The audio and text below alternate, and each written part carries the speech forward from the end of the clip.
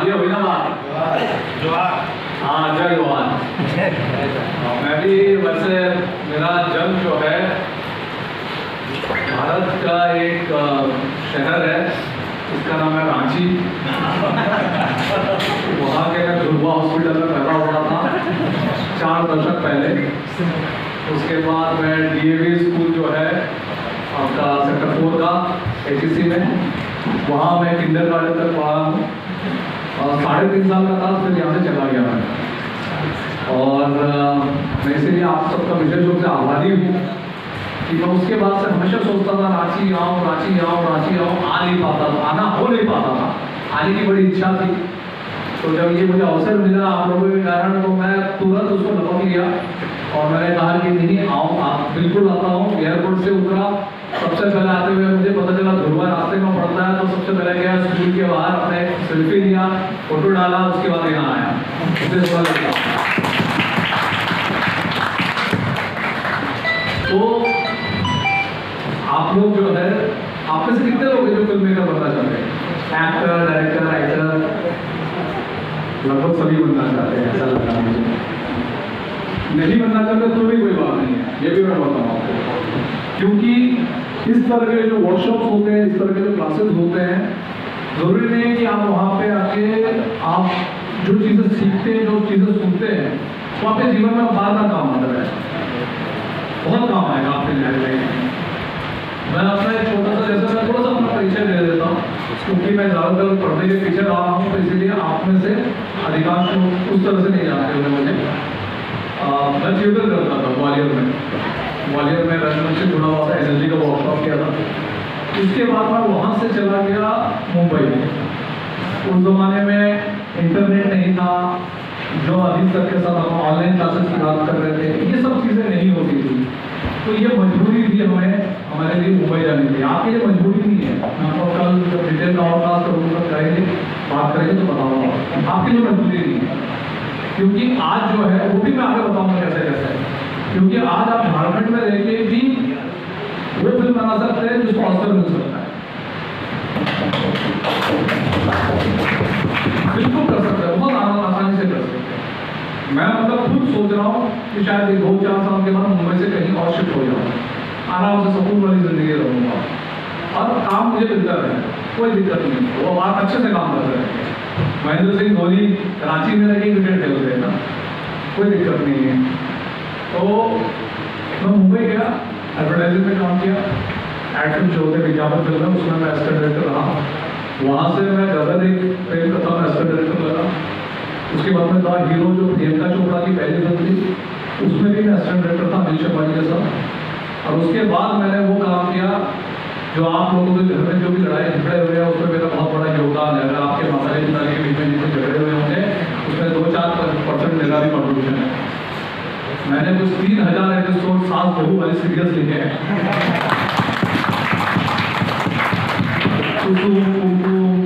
ये जितने भी है, और फिर लिखते लिखते मैं इंडोनेशिया पहुंच गया। इंडोनेशिया और इंडोनेशियन टेलीविजन के लिए लिखता था। तो मैं आपको इसलिए कह रहा हूँ कि मुझे इंडोनेशियन भाषा नहीं आती थी, मैं अंग्रेजी में लिखता था, वो लोग इंडोनेशियन में ट्रांसलेट करते थे। उन्होंने कहा सर अगर आपको इंग्लिश भी नहीं आएगी तो भी हम आपको एज अ राइटर रखेंगे, आप हिंदी में लिखिएगा, वो हमारा आदमी इंग्लिश में ट्रांसलेट करेगा, फिर हम उसको इंडोनेशियन में ट्रांसलेट करेंगे। तो ये मैं बता रहा हूँ जो पोटेंशियल है, अगर आपको काम, आपके अंदर क्रिएटिविटी है तो भाषा कोई दिक्कत नहीं है। मैं आपको हिंदी में बात कर रहा हूँ, मैं मुझे हिंदी बोलना नहीं आता था। मैं रांची से यहाँ से चला के चल रहा था, 3.5 साल का, मैं हिंदी भूल गया। मेरी जो है ना बंगाली में बात करने लग गया और मैंने हिंदी में पढ़ाई नहीं की, मुझे हिंदी का बैकग्राउंड नहीं आता है। और मैं हिंदी का टेलीविजन में होता है पर डायलॉग राइटर बन गया बाद में। तो आपको आपकी how to express, that is very important. अगर आप अपनी बात कह सकते हैं पेंटिंग के माध्यम से, पोएट्री के माध्यम से, किसी भी माध्यम से अगर आप अपनी भावना व्यक्त कर सकते हैं, तो आप जो है कोई भाषा आपके लिए कोई मायने नहीं रखता। ये आप देखेंगे जितने भी जो भी ऑस्कर में जो बेस्ट फॉरेन फिल्म के जो भी अवार्ड मिलते हैं, ज़्यादातर डायरेक्टरों को इंग्लिश नहीं बोल सकते हो, लेकिन बहुत सफल है, फिर आपके लिए मायने नहीं रखती। तो मैंने ये 7 लोगों वाले काम किए, इंडोनेशियन के म्यूजिक के लिए लिखा। उसके बाद मैं देखा कि भारतीय सीरियल में क्या होता था, एक साल बहू होती थी, जो लड़ाई होते थे, मुझे लगता अभी भी वही होता है। मेरे पास टीवी नहीं है पिछले 12-13 सालों से, और मुझे लगता है यही होता है, कुछ ना कुछ वही खिचड़ी पकती रहती है आपस में, ऐसा होता है। तो मैंने बोला क्या करूँ, मैं इंडोनेशिया में चला गया।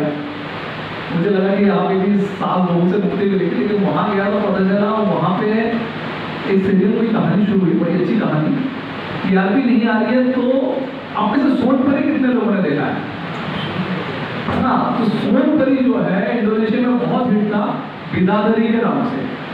सेम सोनपरी को उन्होंने इंडोनेशियन भाषा में बनाई बिदादरी के नाम से, और जब वो इतना हिट हुआ तो कोई भी सीरियल आता था, जैसे लेकिन टीआरपी नहीं आई, वो गंभीर है, कोई ऐसे गंभीर विषय पे सीरियल चल रहा है कि एक लौती बेटी है जो कैसे कैसे करके अपने माता पिता का पालन पोषण कर रही है, बड़ी डायनामिक सी कहानी है, बहुत अच्छी कहानी है।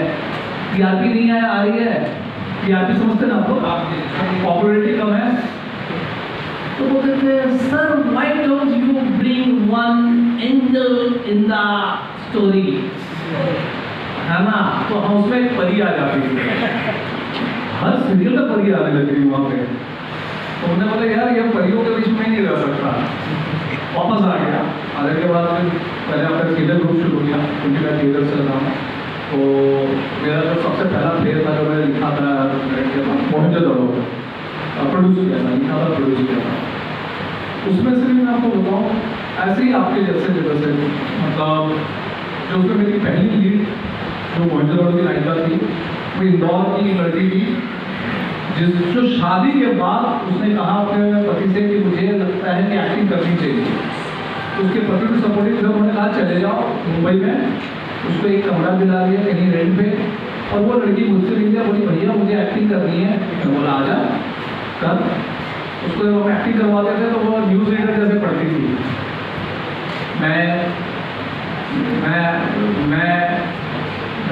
मैं तुमसे बहुत प्यार करती हूँ और मैं तुमसे हमेशा प्यार करूँगी, और मुझे लगता है हमारा जन्म जन्म का साथ है और हम ऐसे ही प्यार करते रहेंगे। भैया ये प्यार देखते तो प्यार खत्म हो जाएगा, प्यार से विश्वास उड़ जाएगा। वो लड़की काम करते गई, और थोड़े समय के बाद वो लड़की कौन है पता है आपको? वो लड़की जो है जोधा अकबर सीरियल आप लोगों ने अगर देखा हो, उसकी जोधा है, ठीक है। दूसरी लड़की आई उसके बाद, वो सीरियल में बिजी हुई सर। एक दूसरी लड़की आई, वो आई बोले सर आसाम से आई, बोले सर आप दाल भात खाएगा क्या? बोले भाई दाल भात क्या होता है? दाल तो फिर के दाल होता है। नहीं सर दाल होता है, दाल तो दाल को दाल बोलते ना, बंगाल से लेके उधर के तरफ। दाल भात खाएगा क्या है वो उसकी हिंदी तो मुझसे बोली थी उस समय। अब वो लड़की बनी साथिया साहब निभाना की गोपी बहू देवलीना भट्टाचार्य।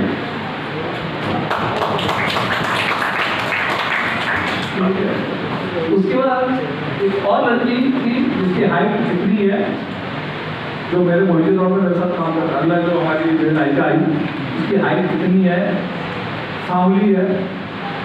उसको लगता था, हम मान के चलते थे कि बहुत कोई गोरा चिट्टा ऐसा होगा लड़का और लड़की और तो ही वो बन सकता है एक्टर।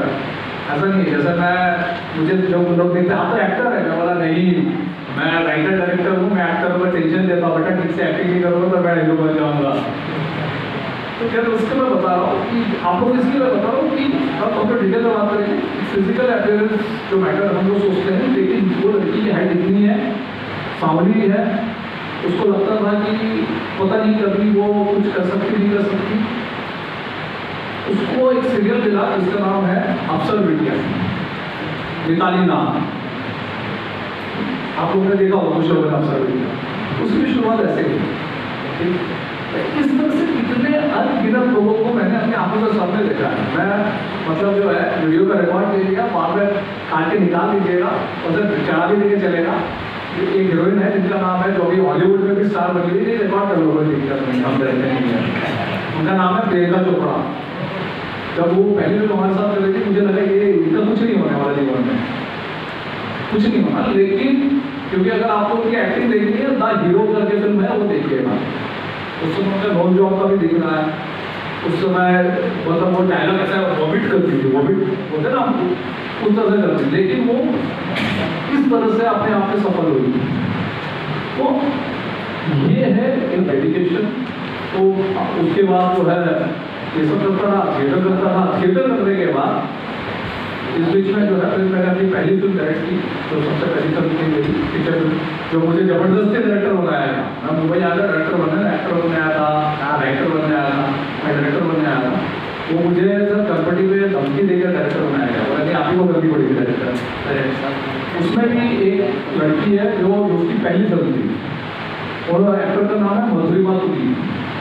अगर आप लोगों ने देखा हो, उनकी वो पहली हिंदी फिल्म थी, फिल्म का नाम था सिगरेट की तरह।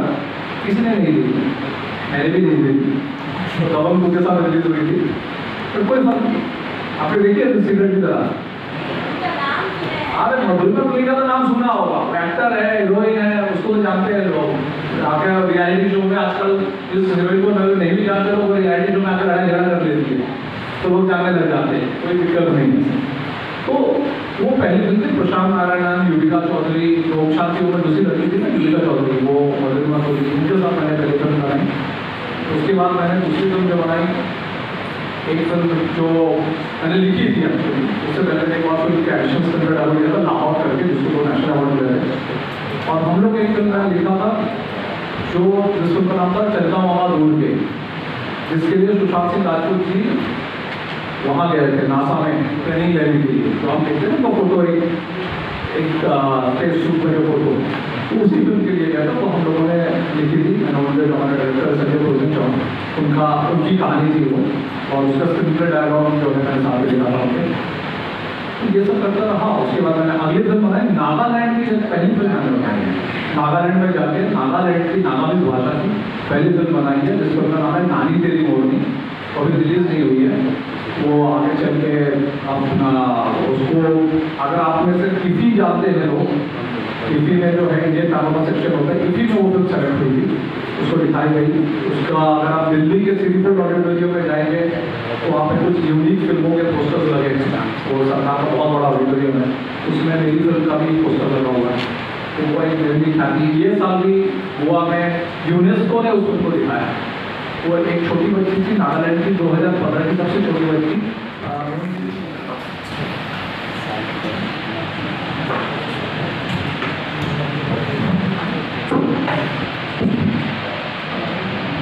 बहुत बहुत धन्यवाद लामा साहब, बड़ी अच्छी जानकारी आपने दी। और मंच पे बैठे सभी सम्मानीय दर्शकगण, हमारे सामने बैठे सभी लोग, जिसका नाम भी संसार है, आपको